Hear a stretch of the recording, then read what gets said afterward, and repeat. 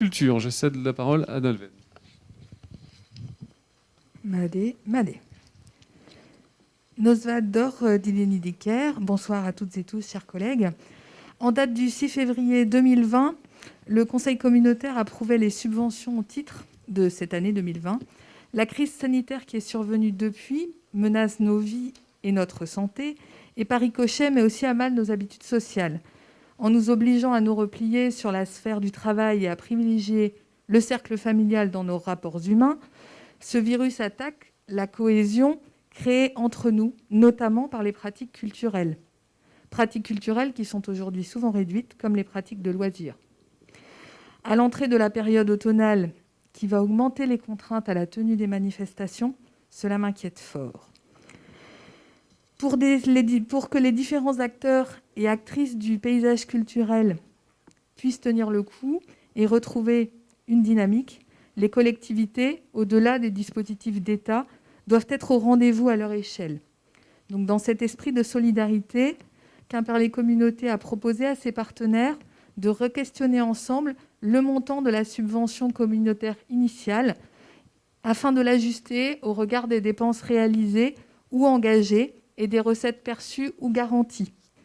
Il s'agit de les aider à repartir sur de bonnes bases pour 2021. Donc à ce titre, vous avez dans cette délibération un certain nombre de subventions proposées aux partenaires, donc revues. En ce qui concerne le fourneau, nous sommes donc sur une subvention ajustée de 169 907 €. Je vous précise ici qu'il s'agit d'une aide à la prestation artistique, puisque le fourneau avait engagé un certain nombre de travaux sur la préparation des RIA. Beaucoup d'entre vous savent aujourd'hui comment ça se passe dans le dialogue avec les communes, dans la préparation technique et cette programmation, puisque souvent la tournée des communes commence en décembre de l'année précédente, elle était déjà engagée. Et il s'agissait aussi de soutenir, bien entendu, les artistes, les intermittents qui sont impactés directement par l'absence de tenue du festival. Donc pour le coup, nous avons donc la subvention que nous donnons aujourd'hui réajustée va à cette prestation artistique. Donc au-delà du complément, de la subvention proposée par l'État, des aides du département et de la région. Donc nous indemnisons les artistes et cette subvention ajustée fera l'objet dans la deuxième délibération d'un complément qu'on va voir ensuite. Donc pour le coup, voilà pour le fourneau. Maintenant, dans le deuxième tableau, vous avez aussi d'autres associations locales qui voient leurs subventions réajustées. Alors, chaque cas est différent, c'est-à-dire que certaines structures ne nous ont rien demandé parce qu'elles avaient les fonds suffisants, parce qu'elles n'étaient pas impactées et qu'elles s'en sortaient bien comme ça. D'autres avaient engagé une partie de leur préparation de manifestation, d'autres étaient allés assez loin et se sont retrouvés bien plus impactés. Donc le tableau que vous voyez là reflète en fait la discussion qu'on a eue avec chacune de ces structures en fonction de leur situation. Donc pour la belle image, festival de cinéma intercommunal qui a tourné dans beaucoup de nos communes, on est pour 2020 à 4 500 € et on ira, je crois que c'est dans la vie courante, on verra le complément pour 2021. Rêve d'océan, lui, le festival du livre, lui se débrouille et nous a indiqué qu'il n'avait pas besoin de soutien pour 2021. Au Collège de la Ville Marquée, nous avons engagé un partenariat sur un projet scolaire artistique qui est très intéressant. Et pour le coup, l'ambition a été fortement réduite pour 2020 puisque, de fait, un certain nombre de prestations n'ont pas pu se tenir avec les élèves. Et donc, l'idée, c'est d'aller sur 2021 sur quelque chose de plus ambitieux et de plus étoffé, puisque là, ils auront le temps de la réflexion. Sur les nouveaux projets Rock Événements et le Festival du Conte, qui, de la même façon, avait engagé de la préparation artistique, de la préparation technique. Donc, vous voyez là la subvention réajustée. Et enfin, le festival Passe par hasard, le festival Ethnofolk de Saint-Urien, qui devait se tenir à Saint-Urien, n'a pas pu se tenir et un certain nombre d'éléments de frais ont été engagés. Donc, nous avons accompagné à cette hauteur-là. Je souligne au passage que l'aide à la diffusion pour les communes de moins de 2500 habitants reste bien entendu valide et que vous pouvez continuer à proposer des projets d'ici la fin de l'année. Voilà. Question, remarque ou je passe directement ? Voilà. Le point d'après, simplement l'approbation à l'avenant financier numéro 3 du Festival des RIA, puisque comme nous conventionnons, pour l'année 2020, nous avions une subvention annuelle à hauteur de 290 000 euros. Donc, comme je vous l'ai dit dans la délibération précédente, la subvention était ajustée à 169 907 euros. Bien évidemment, pour que le Festival des RIA puisse se tenir et que le fourneau puisse travailler, nous ne versons pas cette subvention à terme échu, mais nous donnons une avance pour leur permettre d'engager les premiers frais. Donc, nous avions déjà engagé 145 000 euros. Donc, il nous reste là, en complément, à verser 24 907 euros. Voilà, je vous remercie. Merci Nolwenn. Donc, tu l'as dit en introduction de cette présentation, notre solidarité envers le monde culturel est, je pense, important et c'est, comment je vais dire, même indispensable qu'après tout ce qu'on vient de vivre ces 6 derniers mois, on retrouve de la vitalité culturelle. On espère notamment retrouver le Festival des RIA. Je n'imagine pas qu'il n'ait pas lieu en 2021. Dans quelles conditions on va avoir cet hiver en fonction de l'évolution de la situation sanitaire, mais on aura un festival 21. Je ne peux pas imaginer autre chose aujourd'hui. Sur toutes ces subventions, est-ce qu'il y a des questions? Monsieur Saint-Hilaire, pas d'autres questions?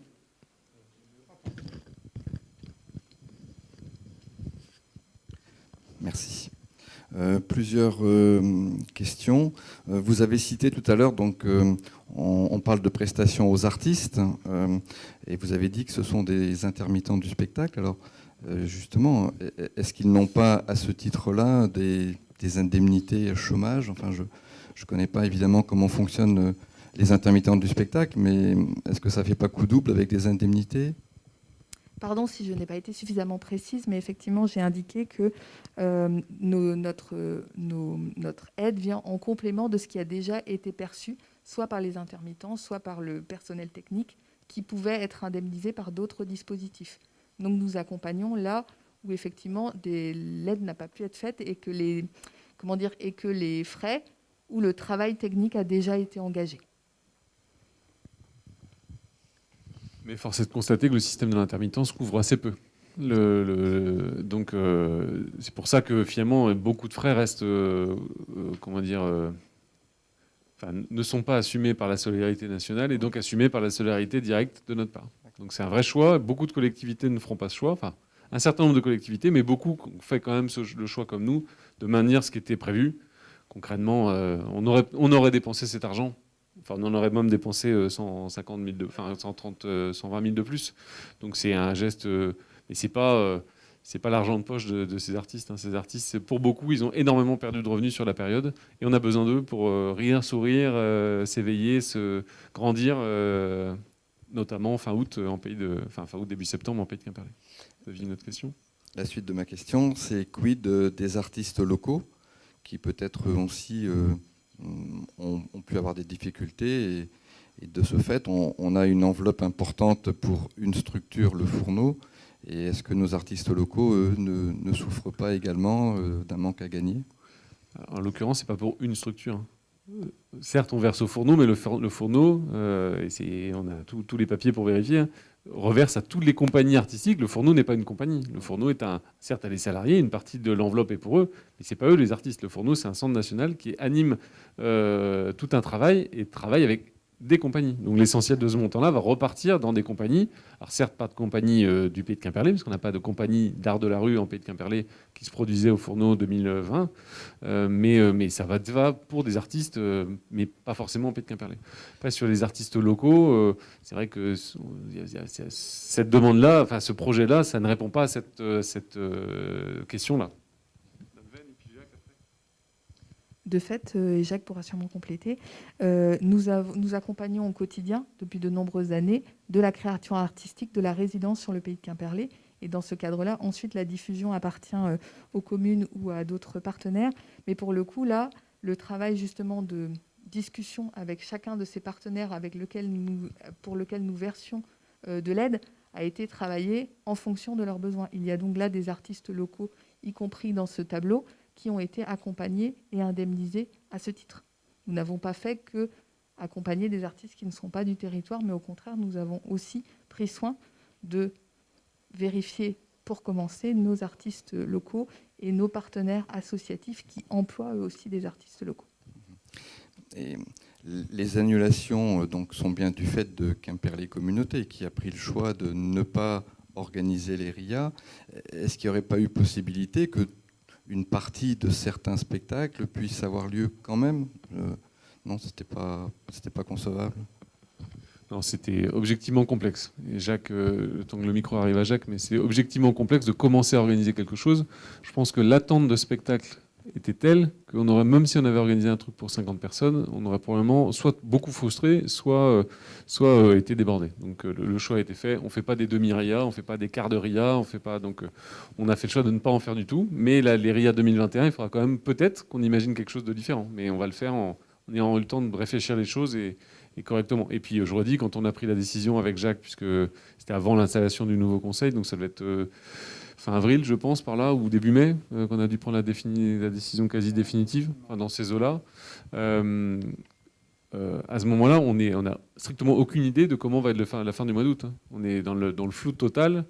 Et aussi bien, en effet, on aurait pu faire plein de choses fin août, mais force est de constater que finalement, on n'avait presque rien le droit de faire. Donc, c'était une période, une décision vraiment pas simple. Mais Jacques? Ouais, d'abord, tous les festivals des arts de la rue ont été annulés. C'est, je veux dire, une décision qui a été prise avec sagesse et concertation avec les compagnies et les centres nationaux. Non, pour le chômage, nous avons fait le choix de payer les artistes. C'est-à-dire que les artistes qui ont le statut intermittent, ce qui s'est passé avec le Fourneau, c'est qu'on a essayé de leur demander et de travailler avec eux quelles étaient les prestations que nous n'allions pas avoir, qui ne devaient pas être rémunérées. Les services de sécurité, les déplacements, les hébergements, l'ensemble des prestations qui habituellement ont des coûts importants. Après, nous avons fait le choix avec le Fourneau de maintenir les prestations de salaire des artistes, précisément parce que le régime de l'intermittence veut qu'ils aient des heures, veut qu'ils acquièrent des droits. Et si ils sont exclusivement sur des procédures de chômage sur les spectacles antérieurs, ils perdent ces droits. Et donc les phénomènes de compensation de l'État étaient des phénomènes ponctuels pour assurer un revenu. Mais les droits associés aux intermittents, au moment où on avait d'ailleurs pris cette décision, il n'y avait aucune concertation qui avait été établie avec le ministère de la Culture. Rappelez-vous, c'était dans les médias et les milieux culturels étaient en... Alors, ce qu'on a fait, en fait, c'est ce que fait un grand nombre de collectivités, l'a dit Sébastien, mais pas toutes, hein, c'est de payer les prestations qui étaient prévues pour les gens sur leur fiche de salaire. Et ce n'est pas la même chose que le chômage. C'est leur salaire qui a été versé et ça donne la capacité aux compagnies d'avoir une assise financière qui correspond aux contrats pour lesquels ils avaient été recrutés. Je dis bien recrutés, puisque nous, dans les communes, on avait déjà fait le plan de retenir toutes les compagnies, etc. Et donc, le Fourneau a pris sa part, la région a pris sa part, les communes ont pris leur part. Les artistes locaux, moi je parle pour ma commune, mais dans les RIA, il y a aussi des artistes locaux. Dans locaux, il faut entendre localisés dans les secteurs proches. Il y a beaucoup d'artistes des RIA qui sont en Bretagne, énormément qui sont en Bretagne. Et puis Quimperlé, Moëlan, Loire, un certain nombre de communes, vous avez pu le voir dans les journaux, ont maintenu la programmation culturelle précisément parce que les jauges étaient assumables, les dispositifs étaient gérés. Par exemple, sur ma commune, il y avait des gradins et on ne pouvait pas vendre plus de places qu'il y avait de places séparées dans les gradins. Les RIA, c'est strictement impossible. On ne pouvait pas, on a vraiment décortiqué le problème dans tous les sens. Vous ne pouvez pas faire des pré-réservations, vous ne pouvez pas contrôler les gens qui arriveraient et qu'on refoulerait. C'est la gratuité qui génère ça, en fait. Dès lors qu'il y a une prestation de réservation ou payante, c'est beaucoup plus simple. Voilà. Donc on a soutenu une économie, je le dis, parce que le milieu de la culture, c'est une économie. On parle beaucoup d'économie. Je rappelle, je l'avais dit ici, c'est le numéro 2 du PIB en France. Hein, l'ensemble de l'industrie cinématographique, radiophonique, communication, théâtre, opéra, enfin l'ensemble de... Et ces milieux-là, bien, il nous faut aussi assumer, comme on l'assume pour les commerçants, comme on l'assume pour l'ensemble des soutiens qu'on fait, la part qui était la nôtre. Et donc, c'est cette part ce soir qu'on vient solder en quelque sorte, puisqu'on ne connaissait pas le montant exact. On avait donné ce qu'on appelle une première avance de 145 000, et ce soir, on vient solder ça. Voilà. Mais le chômage, c'est moins bien que le salaire. Monsieur Prima. Oui, comme vous l'avez dit tout à l'heure, Madame Lecrane, donc les artistes effectivement ont travaillé pendant cette période noire un petit peu pour tout le monde. Eux, ils ont effectivement travaillé, commencé à préparer des spectacles qu'ils n'ont pas pu nous présenter donc du fait de la crise sanitaire. L'an prochain, donc, nous allons également donc continuer à assumer cette convention que nous avons signée avec eux. Ils vont donc travailler pour préparer de nouveaux spectacles. Est-ce que l'an prochain, il faut espérer que l'an prochain, bien entendu, la situation se soit améliorée. Et est-ce que donc l'an prochain, on pourrait espérer avoir un festival des RIA peut-être plus étoffé du fait qu'ils ont eu du temps cette année et l'année prochaine, ils auront eu 2 années pour présenter, donc pour préparer peut-être plus de spectacles. Est-ce qu'on pourrait espérer donc avoir un festival des RIA plus étoffé l'an prochain? Alors, je ne pense pas qu'on puisse imaginer avoir un festival avec plus de spectacles, puisque concrètement, la limite, elle n'est pas tant artistique que technique aussi. Hein. Un des défis, un des défis de notre festival, c'est la façon dont on l'organise, c'est-à-dire dispersé sur 10 communes tous les ans, avec, on va dire une trentaine de sites différents, parce que souvent, sur Quimperlé, il y a une dizaine de sites quasiment. Dans la plupart des communes, il y a au moins 2 ou 3 spectacles différents. Donc c'est une multiplicité de sites. Et si les artistes sont une part importante de nos dépenses, une autre grosse partie, c'est la partie technique.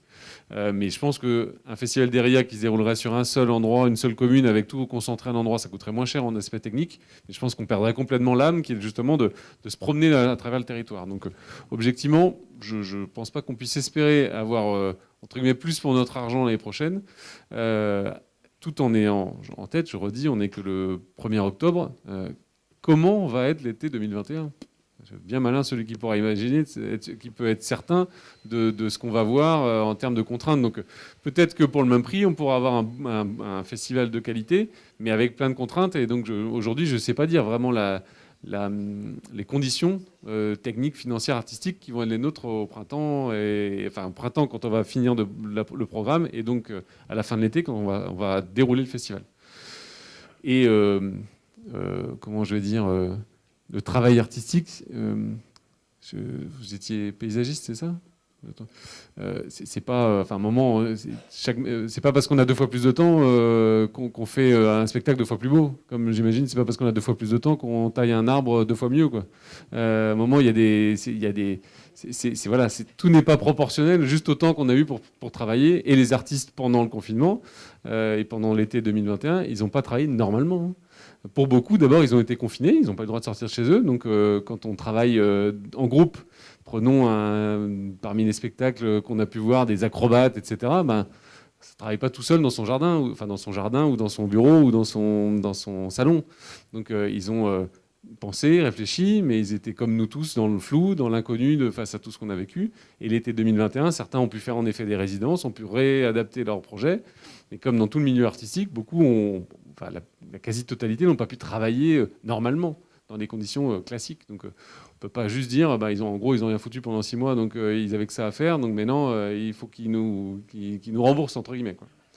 Je ne sais pas ce que vous avez dit exactement, mais j'espère que ce n'est pas ça que vous aviez en tête. Je dis bien, mais pas comme d'habitude. C'est pas comme s'ils ont eu 2 étés pour faire un festival. C'était pas une année classique. D'autres commentaires ? Questions ? Non ? Donc je propose de voter le tableau des subventions et la convention, puisque tout ça est d'un même tenant. Qui s'abstient ? Qui vote contre ? Qui vote pour ? Donc unanimité.